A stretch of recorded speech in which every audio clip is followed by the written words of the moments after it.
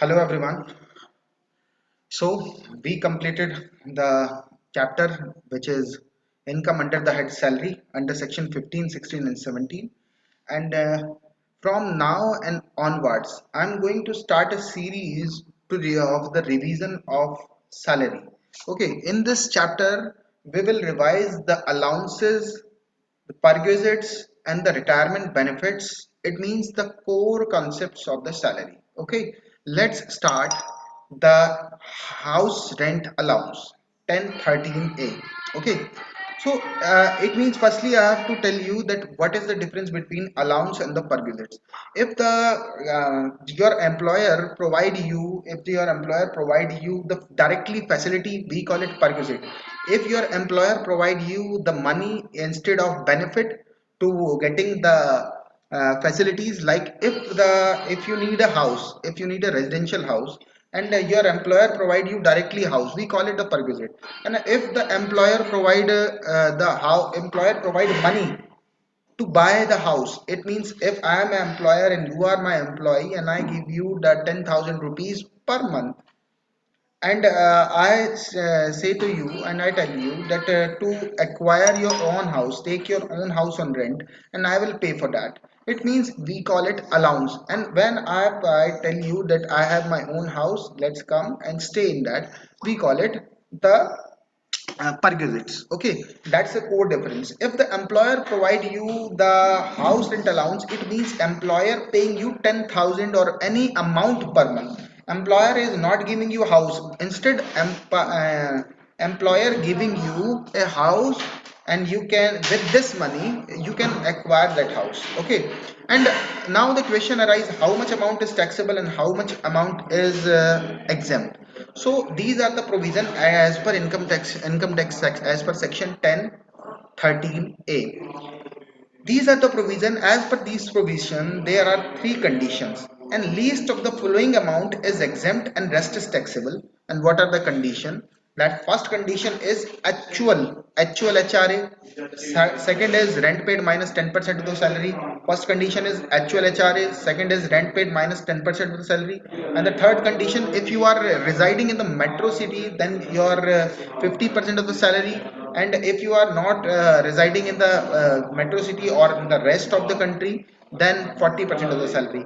And now the question arises, what are the metro cities? There are the four metro cities as per the Income Tax Act, or as per section 1013A, that is KMCD, Calcutta, Mumbai, Delhi and Chennai. There are the four conditions. Okay, so 50% of the salary, and in the second case 40% of the salary, that is rest of the country. Least of the following amount, it means if the first condition there is a 50,000, second condition there is a 40,000, and third condition there is a 30,000, then in that case the 30,000 will be exempt. And if you are receiving the 1 lakh, then 30,000 exempt and rest 70,000 is taxable as per section 1013A. Next, let's come to the second point, children allowance. As I told you earlier, that if your employer provide you children allowance, it means if he is providing the children education allowance, he provide the allowance to provide the education to their children. In that case, the exempted amount is 100 rupees per month per child. 100 rupees per month per child, maximum up to two child. It means if you have the two child, then you can get the maximum benefit of exemption up to the 2400, that is 100 into 12, 1200 into 2. So you can get the benefit of 2400. Transport allowance. Transport allowance is providing to the only the handicapped employee. Before this year, before this assessment year, it was for the handicapped as well as non-handicapped people. But from this year, this benefit is withdrawn from the non-handicapped people. Before that, it was 1600 and 3200, but now the transport allowance is withdrawn from 1600 per month. Now it is available for the handicapped people only, that is 3200 and per month for an employee who is deaf and dumb, who is blind, deaf and dumb and orthopedically handicapped. Okay, now let's come to the hostel allowance. If the employer provide you the money for your children to stay there in the hostel. In that case, the maximum allowed per month is 300 per month is exempt from income tax and maximum to two child. It means for one, if you have one child, you can get the benefit of 300 into 12. It means 3600. And if you have two child, then you can get the maximum benefit up to 7200. If you have three child, you cannot get the seven more than the 7200. Okay, and the next let's come to the next point, that is gratuity. Before understanding the gratuity, I come to the provident fund pension also. The we divide as we study earlier that there are two types of pensions, committed and uncommitted. What is the meaning of committed and uncommitted? If you are receiving your payment during services, it is called uncommitted payment. Sorry, committed payment. If you are receiving your payment after the completion of service, after the receiving, in that case we call it committed pension. And the provision for the government and non-government employee fully taxable. Uncommitted means when you are receiving your salary during their service, we call it uncommitted, and it is fully taxable. Doesn't matter you are a government employee or non-government employee.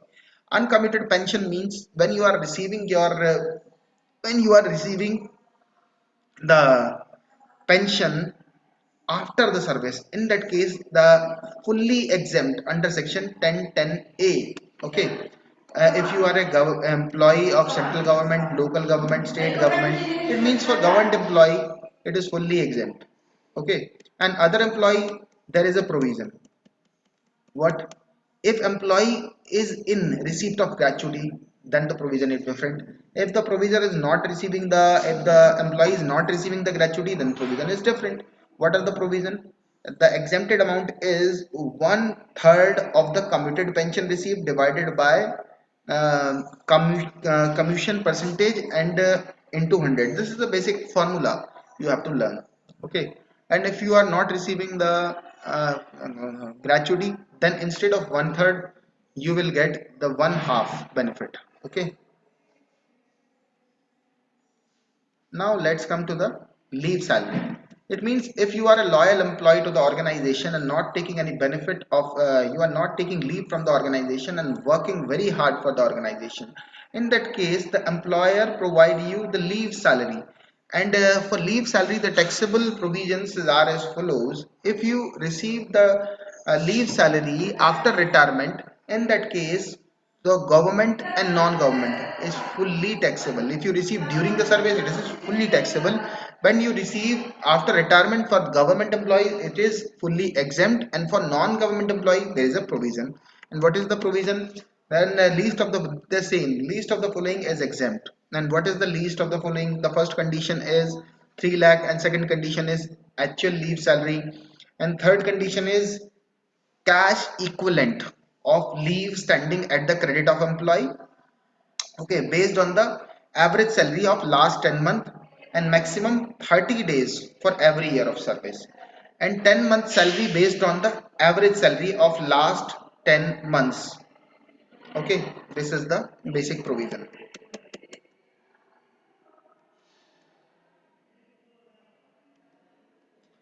LTC. If you are receiving the LTC, leave travel concession, and as you see, as you know, in the usually in the banks, the bank provide their employee the facility to travel and to take the leave and to visit the different countries to enjoy them, to make them refresh for the new work.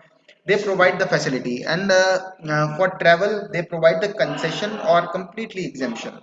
And exemption is available for the two trips in the block of 4 calendars. Okay, so if you are receiving the LTC, then what will be the taxable amount in and what will be the exempted amount?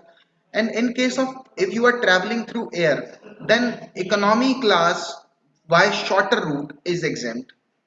And in other modes, if there is a rail service, then first class a rail fail. If there is no rail service, then public transport. If no public transport available, then by shortest route of first class or deluxe bus. fare is exempt from income tax. So this is the first part of the revision video. We will make the second part of the revision video. Thank you everyone. Please revise the income under the head salary, because I think it will come in examination at least 30 to 40 marks, one story and one numerical, and as well as the two 4-mark questions also. Thank you everyone.